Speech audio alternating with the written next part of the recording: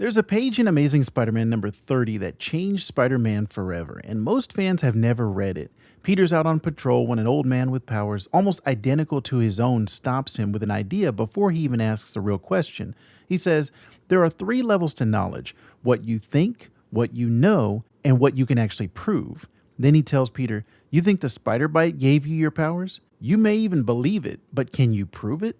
And then he asks the question that matters. Did the radiation activate the spider, or was the spider already trying to pass on its own power before the radiation killed it? Which came first? Peter's own reaction on the page is the one that got me. He describes the question hitting him like a punch in the stomach, because in all those years it had never once occurred to him to ask. He just assumed. That's the moment. Not a fan theory, not a retcon somebody's mad about. Peter Parker, in his own head, realizing he never actually knew where his powers came from. And once that question gets asked, it does have an answer, but the answer takes away the single most important thing about his character. Today I want to show you what that answer cost, why the movie coming out July 31st might be about to pay the same price, and why the best version of Peter Parker is one Marvel published in a comic almost nobody read, where he tears the head off a god rather than accept what it's offering him. A teenager from Queens goes to a science demonstration. A spider absorbs a dose of radiation, drops, bites him on the hand, and dies. Wrong place, wrong time. Pure accident. And he doesn't become a hero that day either. That's the part people forget. He becomes a TV act. He lets a burglar run right past him because stopping crooks isn't his job. Then that same burglar goes on to kill Uncle Ben, and Peter spends the rest of his life carrying a responsibility he earned in the worst way possible. Nothing about that is destiny. That's the entire point of it. Any kid could be at that demonstration. Any kid could make that selfish choice, which means any kid reading that could be Peter Parker. Stan Lee and Steve Ditko built a hero out of an accident and a mistake, and it made him the most human character in comics. Then in 2001, Ezekiel asked that question, and in 2005, Marvel answered it. The other is a 12-part crossover from 2005 and 2006, running through The Amazing Spider-Man 525 through 528, Friendly Neighborhood Spider-Man number 1 through 4, and Marvel Knights Spider-Man number 19 through 22, written by J. Michael Straczynski, Peter David, and Reginald Hudlin. Now let me get this out of the way. The story has some genuinely great moments. Peter is dying, and the disease is radiation-based. The bite that made him Spider-Man is what's killing him. Sit with that for a minute, because that's a real Spider-Man tragedy. The accident having consequences 20 years later. He goes to every genius in the Marvel Universe, and they all tell him the same thing: no cure. So he spends his last days with Mary Jane, even riding a Stark space pod into orbit to see the Earth one last time because he knows he's out of time. Then Morlun, a creature that feeds on the essence of beings like Peter, hunts him down, beats him nearly to death, and rips his eye out. When Morlun threatens Mary Jane in the hospital, something primal takes over Peter's body and kills him. Then Peter dies of his injuries. His body vanishes, leaving his shed skin behind. And under the Brooklyn Bridge, inside a cocoon of webbing, Peter Parker meets the Other, a spider deity connected to something called the Web of Life and Destiny. It tells him his human side has died, but he can come back if he embraces the spider. He says yes, he's reborn with augmented powers, night vision, stingers in his wrists. The story calls it evolving, but here's what that yes actually cost. The mythology that grew out of this story confirms, in canon, that Peter was chosen by the Great Weaver to be the Other's receptacle. Chosen. The word is right there on the page, and once that word enters the story, the spider was always coming for him. Now, defenders of the JMS run will tell you, correctly I might add, that the original Ezekiel arc left the question open on purpose. There's a scene where Peter asks a shaman which answer is true, science or magic, and the shaman says they're not mutually exclusive. JMS built a question and deliberately refused to answer it, and as a piece of writing, I respect that. Doubt is interesting. The Other is where the doubt dies. It took a question designed to stay open and closed it with a cosmic answer. And think about what that does to the moment that built this character. If the spider was always going to bite him, then the burglar was always going to run past him. Uncle Ben was always going to die.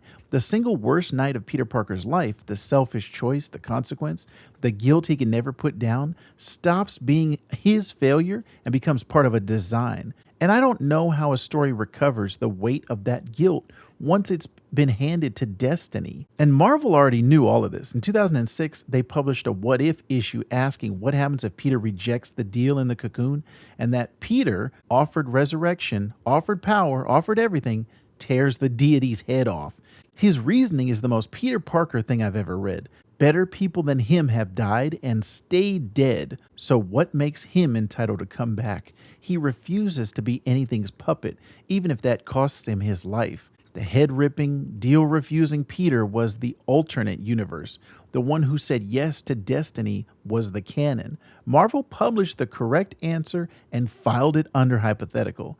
And then they walked it back. 2 years later, One More Day rewrote Peter's history, and in the aftermath, the powers that the other gave him simply disappeared. Later comics filled in the rest. In the rewritten timeline, Peter rejected the deal and eventually cast the other out entirely. Everyone remembers One More Day as a story that erased the marriage.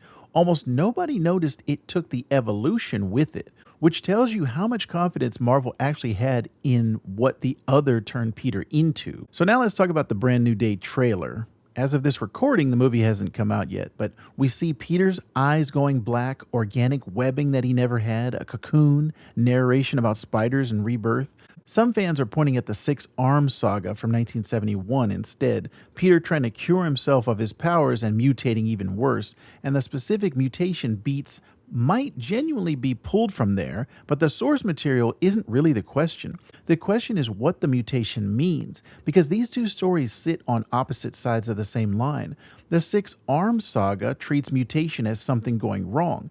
The other treats it as Peter finally becoming what he was always meant to be. And there's a real reason to worry, because this movie looks like the bridge to the mutant saga, where the founding thesis, straight from Charles Xavier himself, is that mutation is the key to evolution. If Brand New Day needs Peter's transformation to set up the X-Men, the temptation to frame it as destiny unlocking is going to be enormous. The banner parallel in the trailer is the version that works. Two men fighting transformations they never asked for, both grounded in accident and consequence. Hold that line, and this might be the best adaptation of the other's ideas ever made, better than the comic that invented them. Cross it, and the movie repeats a mistake Marvel already made, already regretted, and already quietly erased once. So here's my question to you, and I genuinely want the comments on this one. Does knowing the bite was destiny ruin Peter Parker for you, or does it not matter as long as he still makes the choice? Because there's a real argument on the other side that even a chosen Peter still chooses every day, and the choosing is what counts. I don't personally buy that, but I understand it. Tell me which side you are on. If you want to read this yourself, the other is collected in trade, and the Ezekiel question starts in Amazing Spider-Man Volume 2, number 30. If you're heading into Brand New Day cold and want to know where to start with Spider-Man comics, ask in the comments and I will build you a path. That's the whole reason this channel exists. And stick around, because the other isn't even the biggest bill coming due in this movie. This film is literally named after the storyline where Peter's whole life got rewritten by a deal with the devil, the most hated retcon Marvel ever published, and that devil just made his MCU debut in Ironheart. Again, Marvel asked a question in 2001 that nobody needed answered, and then in 2005 they answered it anyway. And the answer turned an accident into an appointment. And the thing I can't get past is that they knew. They published the version where Peter refuses, where he'd rather stay dead than be something's puppet, and they called that one the What If. Then they spent the next few years taking the real one apart, hoping we wouldn't ask why. A spider bit a kid from Queens, and the kid made a mistake. The mistake made the man. That was always the whole story. He was never chosen, and that's exactly why he mattered. On July 31st of this year, we find out if the movie knows that too.